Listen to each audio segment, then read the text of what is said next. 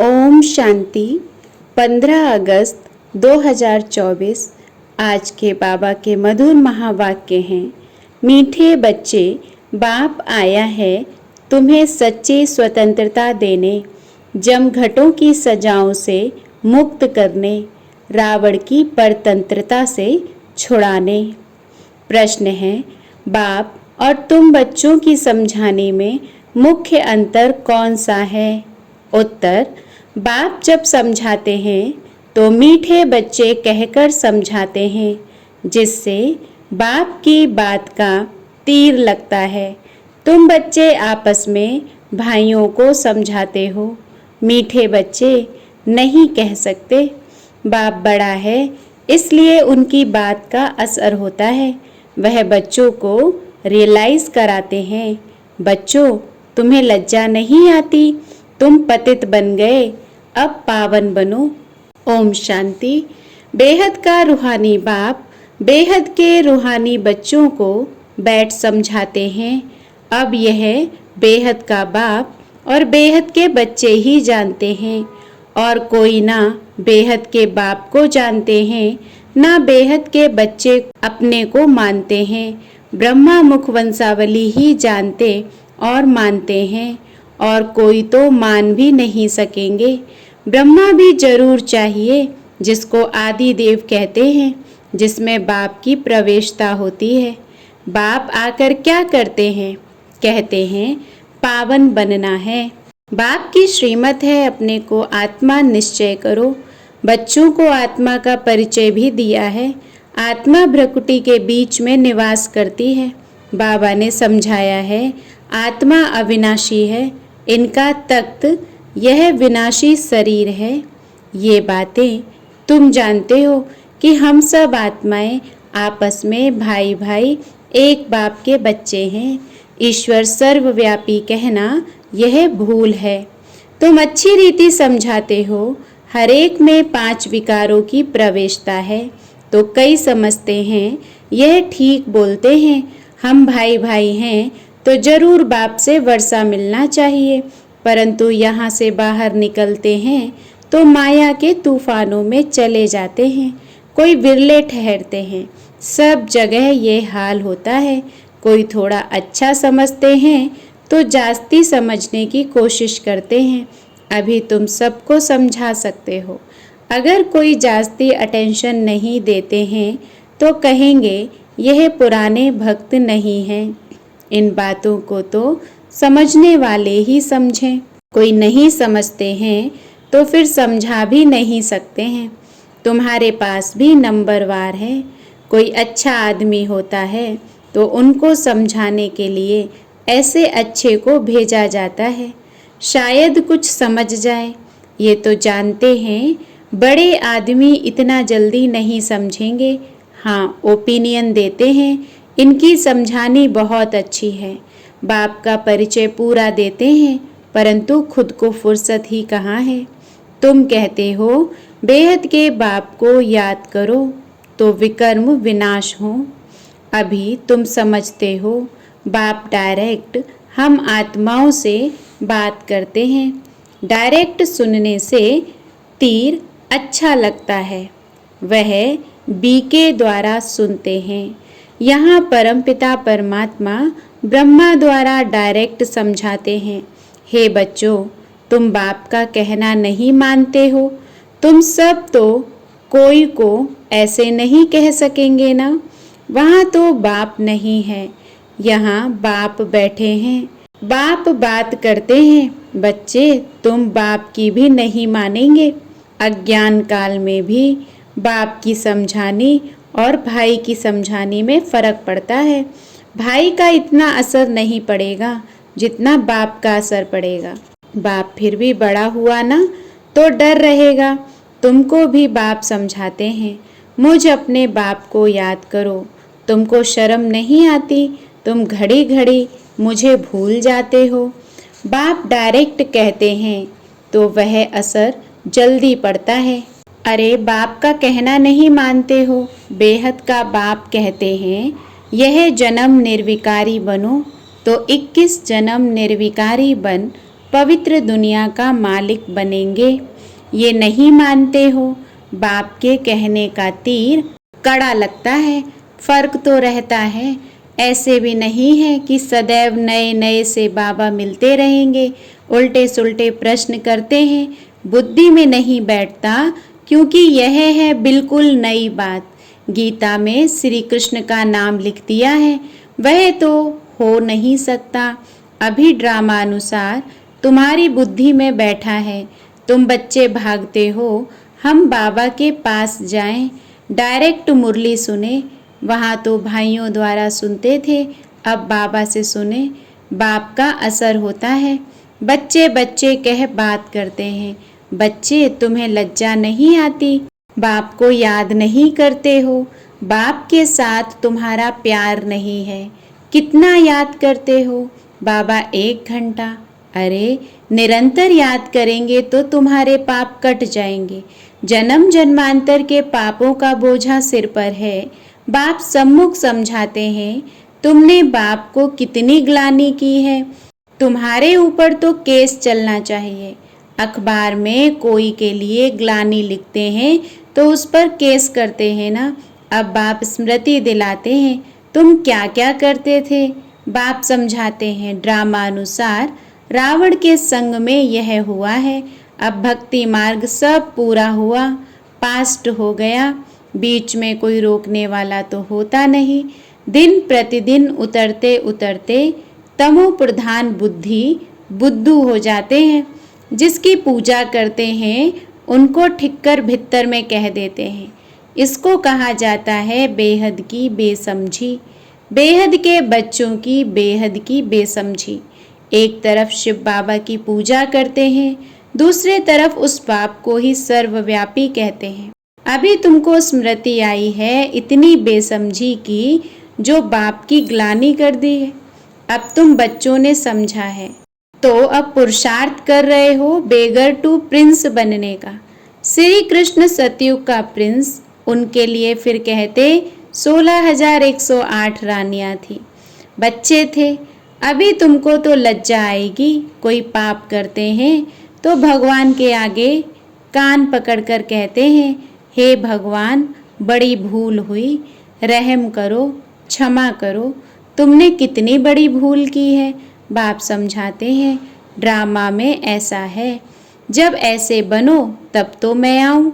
अब बाप कहते हैं, तुमको सब धर्म वालों का कल्याण करना है। बाप जो सबकी सदगति करते हैं उनके लिए सब धर्म वाले कह देते हैं सर्वव्यापी है। ये कहाँ से सीखे? भगवान उवाच, मैं सर्वव्यापी नहीं हूँ। तुम्हारे कारण औरों का भी ऐसा हाल हो गया है। पुकारते हैं, हे पतित पावन, परंतु समझते नहीं हैं। हम जब पहले पहले घर से आए तो पतित थे क्या? देह अभिमानी बनने के कारण पतित बने। कोई भी धर्म वाला आए उनसे पूछना है, परमपिता परमात्मा का तुमको परिचय है? वह कौन है? कहाँ निवास करते हैं? तो कहेंगे ऊपर में, या कहेंगे सर्वव्यापी है। बाप कहते हैं, तुम्हारे खातिर सारी दुनिया चट खाते में आ गई है। निमित्त तुम बने हो। सबको समझाना पड़ता है। भल ड्रामा अनुसार होता है, परंतु तुम पतित तो बन गए ना। सभी पाप आत्माएं हैं। अब पुण्य आत्मा बनने के लिए पुकारते हैं। सब धर्म वालों को मुक्ति धाम घर में जाना है, वहाँ पवित्र है। ये भी ड्रामा बना हुआ है जो बाप आकर समझाते हैं। ये ज्ञान सब धर्मों के लिए है। बाबा के पास समाचार आया था। किसी आचार्य ने कहा, आप सबको आत्मा में परमात्मा समझ नमस्कार करता हूँ। अब इतने सब परमात्मा हैं क्या? कुछ भी समझ नहीं। जिन्होंने भक्ति जास्ती नहीं की है वह ठहरते नहीं हैं। सेंटर्स में भी कोई कितना समय ठहरते हैं। इससे समझना चाहिए कि भक्ति कम की है, इसलिए ठहरते नहीं हैं। फिर भी जाएंगे कहाँ? दूसरी कोई हट्टी तो है नहीं। ऐसी क्या युक्ति रचें जो मनुष्य जल्दी समझ लें? अभी तो सबको पैगाम देना है। ये कहना है कि बाप को याद करो। तुम ही पूरा याद नहीं कर सकते हो तो तुम्हारा तीर कैसे लगेगा। इसलिए बाबा कहते हैं चार्ट रखो। मुख्य बात है ही पावन बनने की। जितना पावन बनेंगे उतना नॉलेज धारण होगी, खुशी भी होगी। बच्चों को तो बहुत खुशी होनी चाहिए, हम सबका उद्धार करें। बाप ही आकर सद्गति करते हैं। बाप को तो गम और खुशी की बात ही नहीं, ये ड्रामा बना हुआ है। तुमको तो कोई गम नहीं होना चाहिए, बाप मिला है और क्या, सिर्फ बाप की मत पर चलना है। ये समझानी भी अब मिलती है, सतयुग में नहीं मिलेगी। वहाँ तो ज्ञान की बात ही नहीं। यहाँ तुमको बेहद का बाप मिला है तो तुमको स्वर्ग से भी जास्ती खुशी होनी चाहिए। बाप कहते हैं विलायत में जाकर तुमको ये समझाना है। सभी धर्म वालों पर तुमको तरस पड़ता है। सभी कहते हैं हे भगवान रहम करो, ब्लिस करो, दुख से लिबरेट करो, परंतु समझते कुछ नहीं। बाप अनेक प्रकार की युक्तियां बतलाते हैं। सबको ये बतलाना है कि तुम रावण की जेल में पड़े हो। कहते हैं स्वतंत्रता मिले, परंतु वास्तव में स्वतंत्रता कहाँ किसको जाता है यह कोई जानता नहीं है। रावण की जेल में तो सब फंसे हुए हैं। अभी सच्ची स्वतंत्रता देने के लिए बाप आए हैं, फिर भी रावण की जेल में परतंत्र होकर पाप करते रहते हैं। सच्ची स्वतंत्रता कौन सी है ये मनुष्यों को बतलाना है। तुम अखबार में भी डाल सकते हो। यहाँ रावण के राज्य में स्वतंत्रता थोड़ी ही है, बहुत शॉर्ट में लिखना चाहिए, जास्ती तीक तीक कोई समझ ना सके। बोलो तुमको स्वतंत्रता है कहाँ, तुम तो रावण की जेल में पड़े हो। तुम्हारा विलायत में आवाज होगा तो फिर यहाँ झट समझ जाएंगे। एक दो पर घेराव करते रहते हैं तो यह स्वतंत्रता हुई क्या। स्वतंत्रता तो तुमको बाप दे रहे हैं, रावण की जेल से स्वतंत्र कर रहे हैं। तुम जानते हो वहाँ हम बड़े स्वतंत्र बड़े धनवान होते हैं, किसकी नज़र भी नहीं पड़ती। पीछे जब कमज़ोर बने तब सबकी नज़र पड़ी तुम्हारे धन पर। मोहम्मद गजनवी ने आकर मंदिर को लूटा तो तुम्हारी स्वतंत्रता पूरी हो गई। रावण के राज्य में परतंत्र बन गए। अभी तुम पुरुषोत्तम संगम युग पर हो, अभी सच्ची स्वतंत्रता को पा रहे हो। वह तो स्वतंत्रता को समझते ही नहीं, तो यह बात भी युक्ति से समझानी है। जिन्होंने कल्प पहले स्वतंत्रता पाई है वही मानेंगे। तुम समझते हो तो कितना आर्ग्यू करते हैं, जैसे बुद्धू टाइम वेस्ट करते हैं तो दिल नहीं होती है बात करें। बाप आकर स्वतंत्रता देते हैं। रावण की परतंत्रता में दुख बहुत है, अपरंपार दुख है। बाप के राज्य में हम कितना स्वतंत्र होते हैं। स्वतंत्रता उसको कहा जाता है जब हम पवित्र देवता बनते हैं तो रावण राज्य से छूट जाते हैं। सच्ची स्वतंत्रता बाप ही आकर देते हैं। अभी तो पराये राज्य में सब दुखी हैं। स्वतंत्रता मिलने का यह पुरुषोत्तम संगम युग है। वह तो कहते फॉरेन गवर्नमेंट गई तो हम स्वतंत्र बने। अब तुम जानते हो जब तक पावन नहीं बने हैं तब तक स्वतंत्र नहीं कहेंगे। फिर जमघटों की सजाएं खानी पड़ेंगी, पद भी भ्रष्ट हो जाएगा। बाप आते हैं घर ले जाने, वहाँ सब स्वतंत्र होते हैं। तुम सब धर्म वालों को समझा सकते हो। तुम आत्मा हो, मुक्ति धाम से आए हो पार्ट बजाने। सुख धाम से फिर दुख धाम में तमो प्रधान दुनिया में आ गए हो। बाप कहते हैं तुम मेरी संतान हो, रावण की थोड़े ही हो। मैं तुमको राज्य भाग्य देकर गया था। तुम अपने राज्य में कितने स्वतंत्र थे, अब फिर वहाँ जाने के लिए पावन बनना है। तुम कितने धनवान बनते हो, वहाँ तो पैसे की चिंता नहीं होती है। भल गरीब हो फिर भी पैसे की चिंता नहीं, सुखी रहते हैं। चिंता यहाँ होती है। बाकी राजधानी में नंबरवार पद होते हैं। सूर्यवंशी राजाओं जैसे सब थोड़े ही बनेंगे। जितनी मेहनत उतना पद। तुम सब धर्म वालों की सर्विस करने वाले हो, विलायत वालों को भी समझाना है। तुम सब भाई भाई हो ना, सब शांति धाम में रहते हैं। अब रावण राज्य में हो, अब घर जाने का रास्ता आपको बताते हैं। अपने को आत्मा समझ मुझे याद करो। कहते भी हैं भगवान सबको लिबरेट करते हैं, परंतु ये नहीं समझते कि कैसे लिबरेट करते हैं। बच्चे कहाँ मूंझ पड़ते हैं तो कहेंगे बाबा हमको लिबरेट कर अपने घर ले चलो। जैसे तुम लोग फागी में जंगल में मूंझ गए थे, रास्ते का मालूम नहीं पड़ता था, फिर लिबरेटर मिला, रास्ता बताया। बेहद के बाप को भी कहते हैं बाबा हमको लिबरेट करो, आप चलो, हम भी आपके पीछे चलेंगे। सिवाय बाप के और कोई रास्ता नहीं बताते हैं।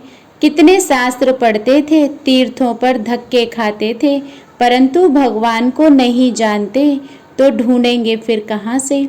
सर्वव्यापी है फिर मिलेंगे कैसे, कितना अज्ञान अंधियारे में है। सर्व का सद्गति दाता एक बाप है, वही आकर तुम बच्चों को अज्ञान अंधेरे से निकालते हैं। अच्छा मीठे मीठे सिकी लदे बच्चों प्रति माता पिता बाप दादा का याद प्यार और गुड मॉर्निंग। रूहानी बाप की रूहानी बच्चों को नमस्ते। हम रूहानी बच्चों की रूहानी बाप दादा को याद प्यार गुड मॉर्निंग नमस्ते। धारणा के लिए मुख्य सार है। पहली पॉइंट, एक बाप मिला है इसलिए किसी भी बात का गम नहीं करना है। उनकी मत पर चलकर बेहद का समझदार बन खुशी खुशी सबका उद्धार करने के निमित्त बनना है। दूसरी पॉइंट है, जमघटों की सजाओं से बचने व सच्ची स्वतंत्रता पाने के लिए पावन जरूर बनना है। नॉलेज सोर्स ऑफ इनकम है, इसे धारण कर धनवान बनना है। वरदान है, नॉलेज की लाइट माइट से रॉन्ग को राइट में परिवर्तन करने वाले ज्ञानी तू आत्मा भव। नॉलेज की लाइट माइट से रॉन्ग को राइट में परिवर्तन करने वाले ज्ञानी तू आत्मा भव। कहा जाता है नॉलेज इज लाइट माइट। जहाँ लाइट अर्थात रोशनी है कि ये रॉन्ग है, ये राइट है, ये अंधकार है, ये प्रकाश है, ये व्यर्थ है, ये समर्थ है, तो रॉन्ग समझने वाले रॉन्ग कर्मों व संकल्पों के वशीभूत हो नहीं सकते।